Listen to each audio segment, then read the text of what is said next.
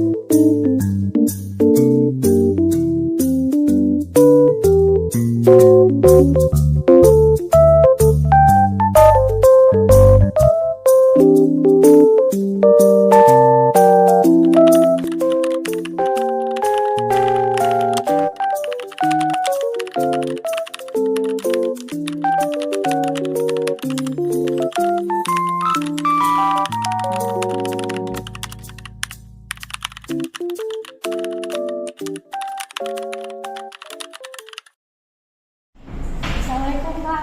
Salam, apa? Saya mau laporan. Tadi Afriza sama Rido berantem Pak sehabis ulangan. Kenapa? Nggak tahu Pak.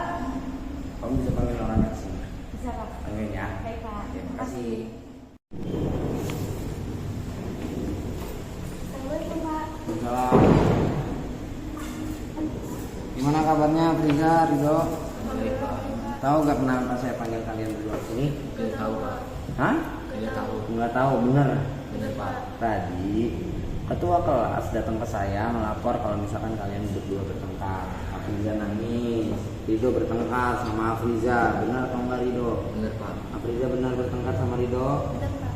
Benar atau enggak? Benar Pak. Menurut Ridho sama Afriza baik gak bertengkar di kelas? Tidak Pak. Kan kita lagi di sekolah nih, baik nggak bertengkar? Iya Pak. Nggak baik. Iya. Hah? Iya Pak. Bener nggak baik? Iya Pak.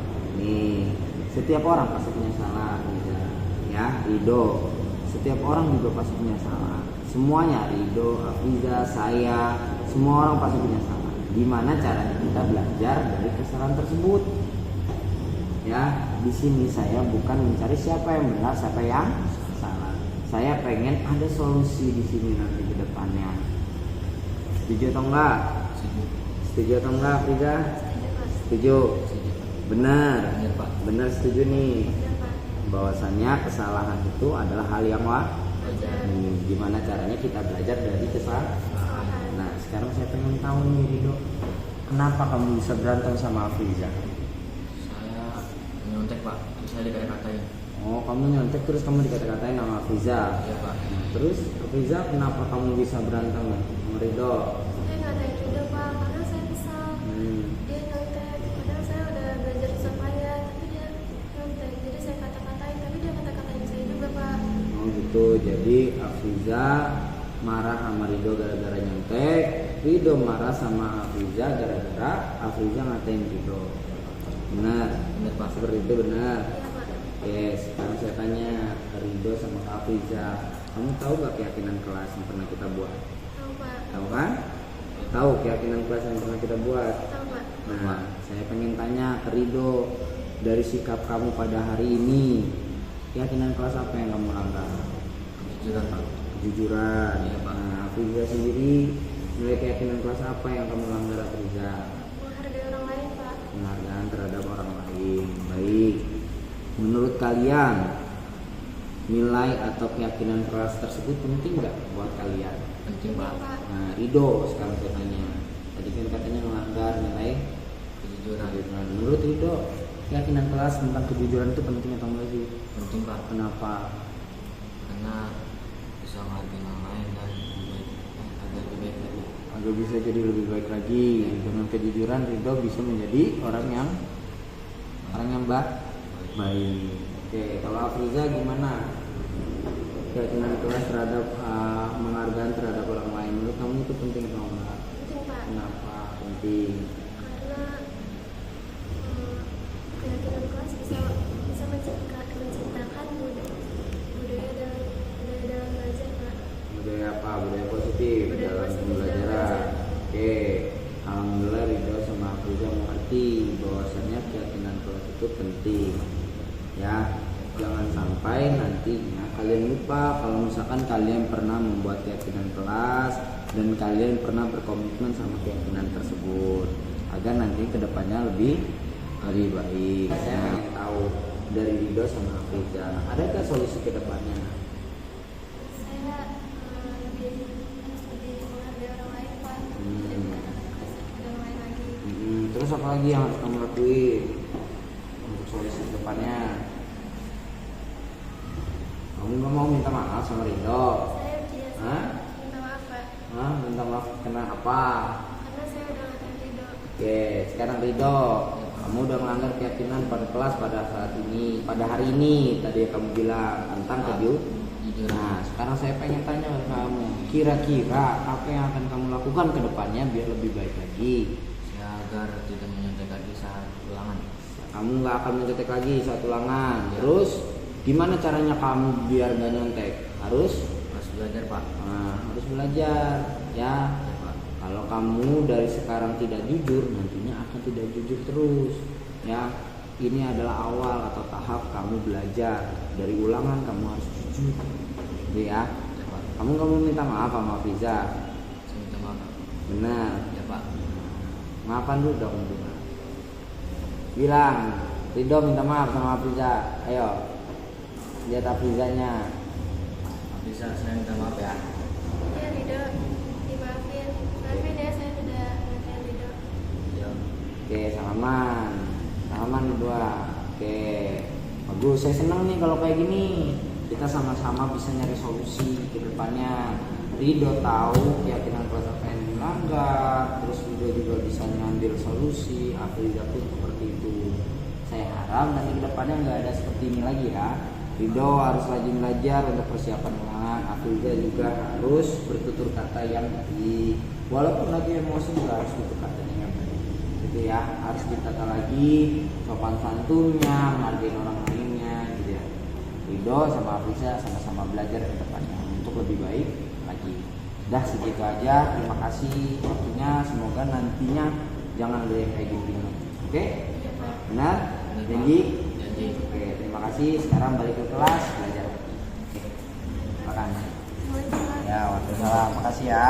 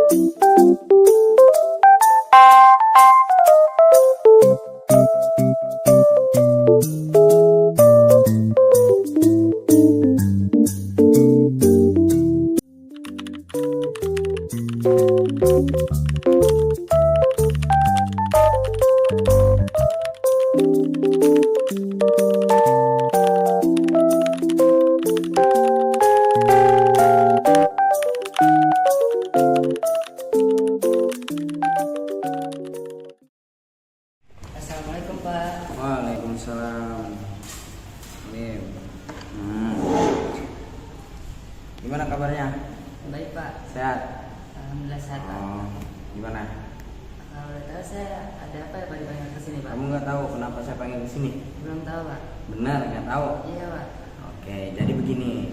Saya di kelas tadi beberapa kali di 2 minggu terakhir ini kayaknya. 2 minggu terakhir ini saya lihat kamu di kelas lemas. Terus kadang-kadang beberapa saat kamu juga tidur. Gitu. Kenapa saya nggak bangunin kamu? Karena saya pengen kamu punya kesadaran sendiri. Dan saya sudah coba konfirmasi ke wali kelas kamu, udah konfirmasi ke guru-guru lain. Apa bener nih bisa di pelajaran saya doang atau di pelajaran lain juga? Ternyata guru-guru lain konfirmasi ternyata kamu di pelajaran lain juga seperti itu. Bener atau enggak? Iya Pak. Bener? Iya benar Pak. Sering atau enggak menurut kamu? Seingat kamu sering enggak ngelakuin hal tersebut? Lumayan sering Pak. Hah? Lumayan sering. Lumayan sering. Iya. Terus menurut kamu perilaku yang kamu lakukan itu salah atau enggak? Iya Pak itu salah. Salah menurut kamu? Iya Pak. Nah, maksud saya di sini saya bukan ingin mencari siapa yang salah, siapa yang benar gitu. Bahwasannya siapapun sering ngelakuin kesalahan. Yang namanya manusia itu nggak luput dari kesalahan. Ya, saya pun pernah salah, kamu pernah salah, siapapun pernah salah pastinya. Gitu. Cuman gimana caranya kita bisa belajar dari kesalahan, memaknai kesalahan kita. Jangan sampai kita melakukan kesalahan, kita lakuin terus kesalahan tersebut. Takutnya nanti kita tidak bisa berubah, tidak lebih baik dari kesalahan tersebut. Gitu. Ngerti ya?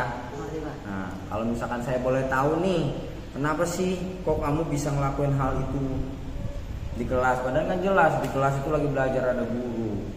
Mungkin saya merasa capek Pak dan ngantuk. Capek? Iya Pak. Kenapa? Karena belakangan ini saya sering begadang main game Pak.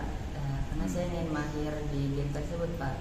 Terus? Jadi saya begadang dan sampai malam, jadi saya ngantuk Pak pasti paginya karena harus bangun pagi untuk sekolah Pak. Itu Iya Pak. rumah kamu agak jauh, harus bangun pagi. Padahal di malamnya kamu kurang tidur karena main game. Iya Pak. Berarti kamu main game sampai larut malam setiap hari?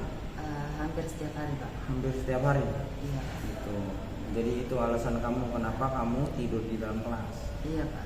Bener, kamu harus ingat yang namanya pelajar itu punya kewajiban kan? Punya tanggung jawab dan punya kewajiban untuk belajar. Tidak ada yang melarang kamu main game. Tidak ada yang melarang kamu cari hiburan lain. Saya paham kalau misalkan kamu penat dalam belajar dan lain sebagainya. Cuman kalau misalkan kamu meninggalkan kewajiban dan tanggung jawab kamu sebagai pelajar dengan memperbanyak hiburan atau main game kamu, itu jadi salah juga ya. Gitu ya. Iya Pak. Apakah kamu ingat gak di kelas kita punya keyakinan kelas kan? Iya Pak. Ingat gak keyakinan kelas kita apa aja? Ingat Pak. Apa? Memperhatikan guru saat mengajar, mengerjakan tugas, tidur saat jam pelajaran. Menurut kamu keyakinan kelas itu penting atau enggak? Penting Pak. Penting adanya. Iya Pak. Untuk apa sih menurut kamu keyakinan kelas itu? Mungkin untuk agar saya berkembang di dalam pendidikan dan untuk mengembangkan karakter saya juga Pak. Solusi apa yang bakalan kamu bisa lakukan gitu untuk menyelesaikan masalah ini? Saya percaya kalau misalkan kamu udah tahu apa itu keyakinan kelas dan udah tahu, oh saya salahnya di sini nih. Nah sekarang saya mau tahu kira-kira kamu apa solusinya untuk menyelesaikan masalah kamu ini? Solusi saya mungkin saya bakalan memperbaiki sikap saya buat kedepannya lebih untuk coba buat mengatur pola bermain gamenya dan pola istirahatnya agar tidak ngantuk saat di jam pelajaran. Terus Belajar lebih giat lagi untuk pelajaran-pelajaran sebelumnya yang ketinggalan Pak. terus apa lagi yang harus kamu lakuin kepada guru-guru kamu akan melakukan apa? Saya bakalan minta maaf Pak sama guru-guru yang saat di jam pelajarannya saya tidur karena tidak menghargai mereka Pak. Oke, bagus. Kalau misalkan kamu sudah menyadari apa salah kamu, kamu sudah tahu apa tanggung jawab kamu setelah ini, berarti saya cuma berharap kamu bisa melakukan hal tersebut agar bisa di kemudian harinya dapat lebih baik lagi, gitu ya. Jadi saya bakalan ngelaporin ini kepada orang tua, bukan ngelaporin sih, jadi saya bakalan berkolaborasi sama orang tua kamu agar orang tua kamu tahu juga gimana kamu di sekolah, sehingga nantinya di sekolah kamu akan dikontrol oleh guru-guru, dibimbing oleh guru-guru, dan di rumah kamu akan dibimbing dan dikontrol oleh orang tua kamu. Siap ya? Iya siap. Ya, nanti kalau misalkan kamu di rumah terus kamu ditanyakan orang tua kamu bicara aja seperti apa yang kamu bicarakan ke saya, gitu ya. Jadinya saya harap kamu nanti ke depannya dapat berubah lebih baik lagi, dapat membentuk karakter lebih baik lagi, dapat menciptakan budaya positif yang ada di dalam kelas agar terciptanya pembelajaran yang kondusif, yang nyaman, aman, dan tertib. Gitu ya. Jelas ya? Jelas Pak. Janji bakalan melakukan hal-hal baik ke depannya? Janji. Janji? Iya Pak. Oke, kalau misalkan seperti itu ya sudah, silakan kembali ke kelas lagi. Nanti salam sama orang tua kamu. Nanti bilang kapan bisa ketemu sama saya, kita bakalan ngobrol. Ya. Oke, terima kasih ya bicara ya. Terima kasih Pak. Oke, Assalamualaikum sama. Pak. Ya. Assalamualaikum. Waalaikumsalam warahmatullahi wabarakatuh. Sekian paparan dari saya. Semoga apa yang saya paparkan dapat membawa perubahan ke arah yang lebih baik dalam menciptakan ruang pembelajaran yang berpihak pada murid. Semangat terus Bapak Ibu Guru Penggerak, tergerak, bergerak, menggerakkan. Semoga kita selalu diberikan keberkahan dan diberikan kesehatan oleh Tuhan.